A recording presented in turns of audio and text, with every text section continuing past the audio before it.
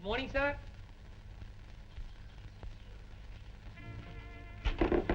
எங்க கிளம்பிட்டு இருக்கிறேன்? கிராமத்துக்கு தானே. டிஃபன் சாப்பிடல? இது வரைக்கும் ஒவ்வொரு பேஷண்டா வந்துகிட்டு இருந்தாங்க. இப்பதான் வேலையெல்லாம் முடிஞ்சுது. நேரமாச்சு. நான் போற வழியிலே சாப்பிட்டுக்கிறேன். வாசு, சாப்பிடுறதுக்காக தாண்டா வேலையே செய்யறோம். இல்லண்ணா, நாமெல்லாம் வேலை செய்யறதுக்காக தான் சாப்பிடுறோம். சரி, உன் கொள்கையை ஒத்துக்கிறேன். வேலை செய்யறதுக்காக சாப்பிடணுமா வேண்டாமா? அப்பப்பா, உங்ககிட்ட வாதம் பண்ணி யாரால ஜெயிக்க முடியும்? நான் வரேன்.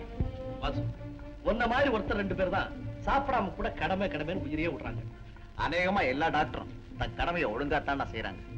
நீ உன் கடமையை ஒழுங்கா செய்யறியா? ஆமாடா. கூட பிறந்த அண்ணனோட உட்கார்ந்து என்னைக்காவது டிஃபன் சாப்பிட்டுக்கிறியா நீ? நாளையில இருந்து காலையில உட்கார்ந்து என் கூட டிஃபன் சாப்பிட்டுட்டு தான் நீ டிஸ்பென்சரிக்கே வரணும். இல்ல நானும் டிஃபன் சாப்பிட மாட்டேன். ஆமா. இந்த 2 பொண்ணுமே எனக்கு பிடிக்கலன்னா இதை விட அழகான பெண்கள் எப்படா கிடைக்கும்? இந்த உலகத்துல இந்த 2 பொண்ணு தான் அழகா இருக்குமா? வாசு, 1000 பெண்கள் அழகா பிறக்கலாம். ஆனா ஆஸ்தி பாஸ்தி அந்தஸ்தோட கிடைக்க வேண்டாமா? மன்னிக்கணும், நான் பணக்கார விட்டு பொண்ண கல்யாணம் செய்துக்கிறதுலன்னு ஒரு தீர்மானமான முடிவுக்கு வந்துட்டேன். ஓஹோ, சௌந்தரிய நீயும் பேசி வச்சுக்கிட்டு தான் சொல்றீங்களா? அப்படியா? அண்ணி ஏசுடா. Very good. போதும், முட்டாள்தனமா பேசாத. வாசு, நம்முடைய பேரு, புகழ், கௌரவம், பணம், அந்தஸ்து இதுக்கு தகுந்த இடத்துல பெண்ணு கட்டணும்டா. இல்லன்னா ஊர் சிரிக்கும். என்ன பார்த்துலடா, என்ன பார்த்து? அண்ணன் ஒருத்தர் இருக்கிறானே, தம்பிக்கு தகுந்த இடத்துல கல்யாணம் செய்து வைக்காம ஏதோ தர்தரத்தை போய் தேடிக்கிட்டு இருக்கிறானேன்னு கல்யாணத்துக்கு வர்ற லாயர்ஸ், போலீஸ் ஆபீசர், ஜட்ஜஸ் அத்தனை பேர் என் முகத்துல காரி துப்புவானுங்கடா. ஏன் கோவப்படுறீங்க? வாசுவோட அபிப்பிராயத்துக்கும் ஏதாவது நோக்கம் இருக்கும்.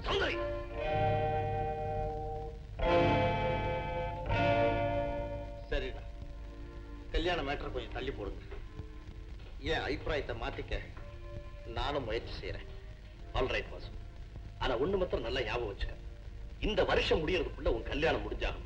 இந்த உலகம் அடுத்த வருஷமும் இருக்கும்டா. அது எனக்கும் தெரியும்.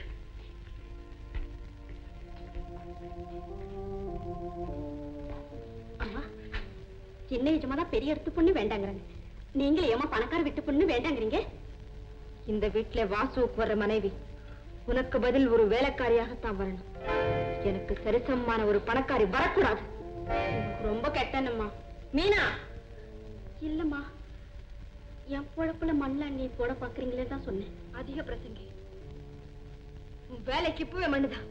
உன்னை வேலையை விட்டு நிறுத்தியாச்சு. போ வெளியே. அம்மா,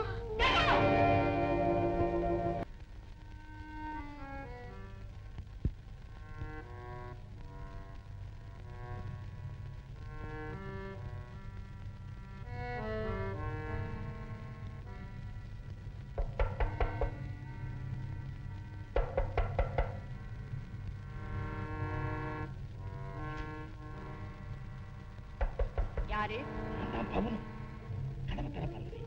பிறக்க முடியாது. பார்வதி, நான் சொல்றத கேளு. உன் பேச்சு எதுவும் கேட்க நான் தயாரா இல்லை. பார்வதி, நானும் உன்னை இப்படியே விட்டுட்டு திரும்பி போறதுக்கு தயாரா இல்லை. என்ன சொல்ற? நான் நினைச்சா புரிஞ்சுக்கிட்டயா? இந்த வீட்டையே சாம்பலாக்கு. ஏ, என்னையே கூட கொளுத்தி சாம்பலாக்கு. உன் மிரட்டலுக்கு நான் பயப்பட மாட்டேன். கோபமா பேசும்போது கூட அழகாத்தான் இருக்க. இப்ப என்ன சொல்ற பார்வதி? கொளுத்து. கடைசி எச்சரிக்கை, நான் சொல்றத கேளு.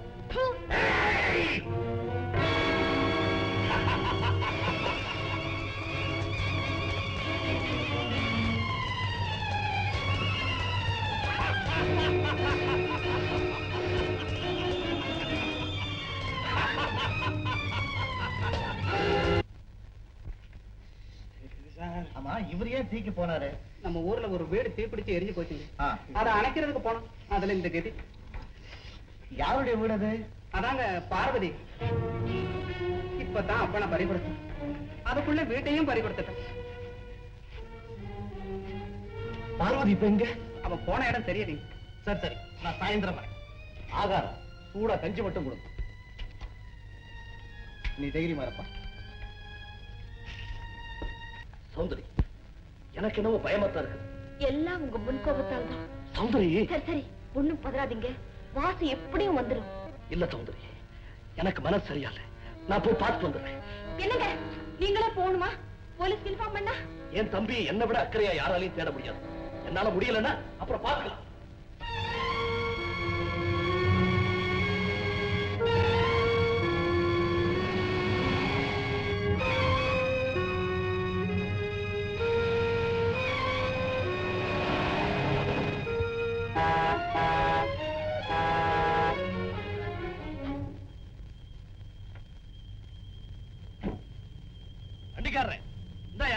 வண்டி ஓட்டுன எப்படி? எந்திரியா யோ, உன்னதாயா யோ, உன்னதாயா எந்திரியா. வாசு,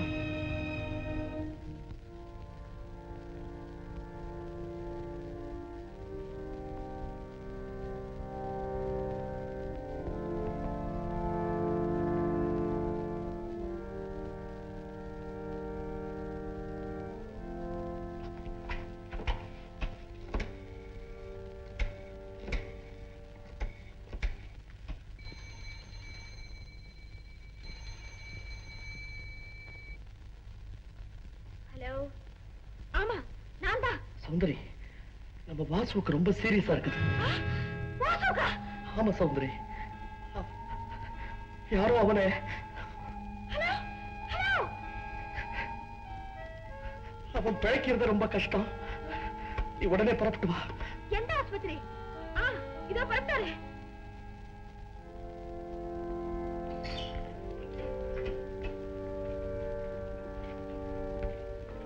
டாக்டர், இப்ப எப்படி இருக்குது டாக்டர்?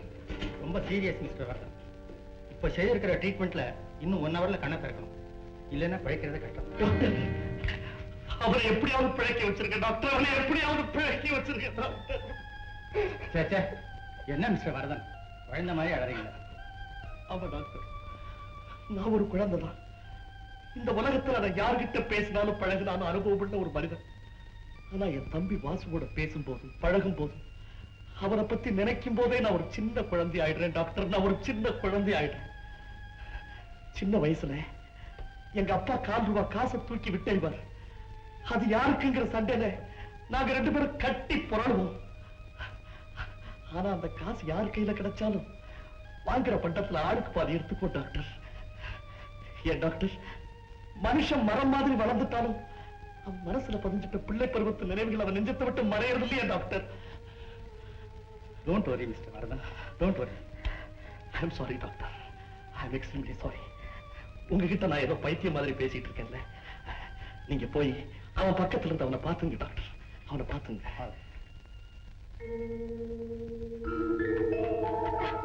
வாசு எங்க? சௌந்தரி, என்னத்தா? வாசு என்ன மோசம் பண்ணிட்டு போயிடுவான் போல இருக்குது சௌந்தரி.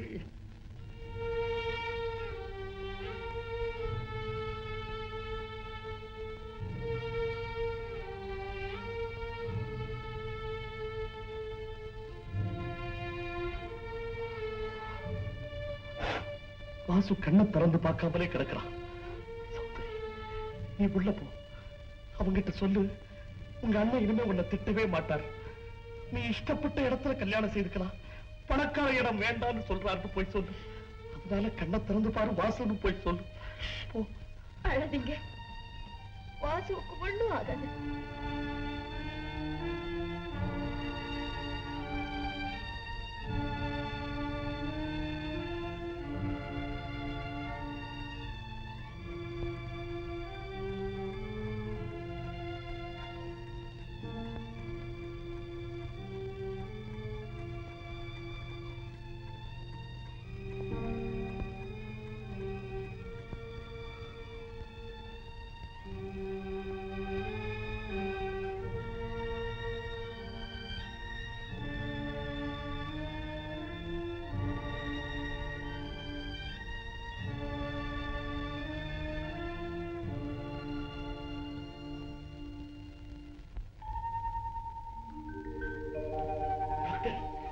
கால் அசையுது டாக்டர்.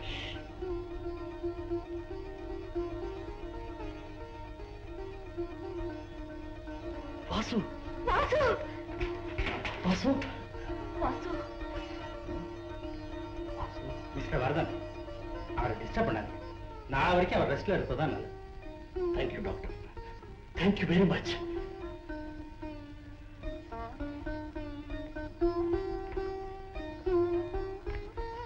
நீ வீட்டுக்கு போ, நான் இங்கேயே வாசு கூட இருக்கிறேன்.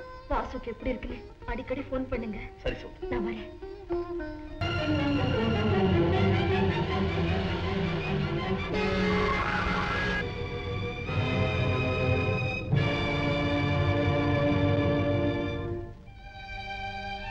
என்னம்மா, அடி பலமா பட்டுடுச்சா? இல்லைங்க, அடி ஒண்ணும் இல்லைங்க. என் மேலதான் தப்பு. நான் தான் குறுக்க மறுக்க ஓடி கார்ல விழுந்துட்டேன். சரிம்மா. நீங்க போங்கம்மா, நான் வரேன். ஏம்மா, உங்க வீடு எங்கன்னு சொல்லு. வேணும் நாங்க இறக்கி விட்டுட்டு போயிடுறோம். நான் வெளியூரு, ஏதாவது வேலை தேடி பட்டணத்துக்கு வந்தேன். எந்த வேலை தேடுற? எனக்கு என்ன கலெக்டர் வேலையா கொடுப்பாங்க?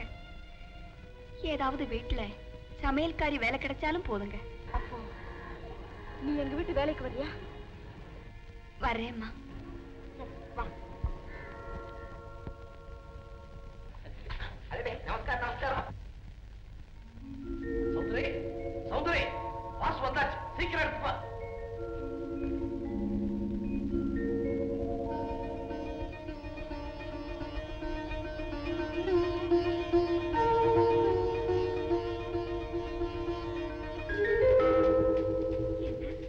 அவர் வீட்டுக்கே வந்துட்டோமா? காத்துல தூக்கி எறியப்பட்ட பூ கடவுளோட பாதங்களே வந்து விழுந்த மாதிரி என்ன அறியாம நான் இங்கே வந்திருக்கேனே. ஐயோ, அவர் என்ன பார்த்தா என்ன நினைச்சுக்குவார்? இதோட விளைவு ஏதாவது விபரீதமாயிட்டா? வாசு, இந்த சின்ன டீ பார்ட்டி எல்லாம் போறாது. எப்ப பெரிய பார்ட்டியா கொடுக்க போறேன்? என்ன வாசு தலையை குஞ்சுக்கிட்ட? போய் போய் மாப்பிளைய கேட்டா பதில் சொல்ல வேண்டியதும் பார்ட்டி கொடுக்க வேண்டியதும் இவர் இல்ல. டாக்டர், கல்யாண விஷயமெல்லாம் அவன் இஷ்டப்படியே விட்டுட்டேன். அவன் ரெடினா பார்ட்டி கொடுக்க நான் ரெடி. என்ன வாசு, பெண்ணு பெரிய இடமோ? MBBS சொத்து நிறைய இருக்கா? இத பார், பெண் வீட்டுக்கு வரும்போது 2 பிளைபர்த் காரு ₹1,00,000 சொத்தோட வரணும். இத பார் வாசு, உங்க அண்ணனுக்கு இருக்கிற பேருக்கும் புகழுக்கும் அவரு கல்யாணம் பண்ணிக்கிட்ட இடம் மாதிரி பெரிய இடமா பார்த்து பெண் எடுத்தா தான் உங்க குடும்பத்துக்கே பெருமை. Doctor, tiffin is waiting. நம்ம எல்லாரும் போய் சாப்பிட்டுட்டே பேசுவோமே. வாங்க ப்ளீஸ்.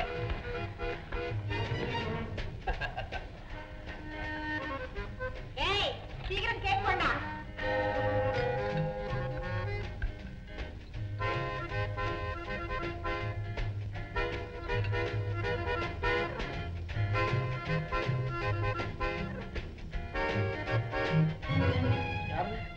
நீயா? பார்வதி, நீ எப்ப இங்க வந்த? சௌக்கியமா? நான் பார்வதி இல்லைங்க, என் பேரு சரசுங்க. என்ன சரசா? நீ போய் சொல்ற, உன் பேர் பார்வதி தான். ஆட இது யாருங்க வம்பா போச்சு? என் பேரு சரசுங்க. எந்த ஊரு? நமக்கு சின்ன வெளிச்சில்லாங்க, பாளையங்கோட்டை பக்கத்துல கொப்பரை குளங்க. வாசு, என்னடா இது? இந்த பொண்ணு உனக்கு முன்னாலேயே தெரியுமா? பார்வதின்றது யாரு? அண்ணா, அந்த பார்வதி வேற, இந்த பார்வதி வேற. நான் கிராமத்துக்கு வைத்தியம் பார்க்க போன போது அங்க ஒரு பார்வதியை பார்த்தேன். அதே மாதிரி இவனு இருந்த உடனே கொஞ்சம் தடுமாறிட்டேன். அந்த பார்வதி கருப்பா இருப்பா. இது வேற, இந்த பார்வதி வேற. வாசு 10 நாள் ஆஸ்பத்திரியில இருந்ததுனால பார்வை கொஞ்சம் மங்கிட்டா போல இருக்கு.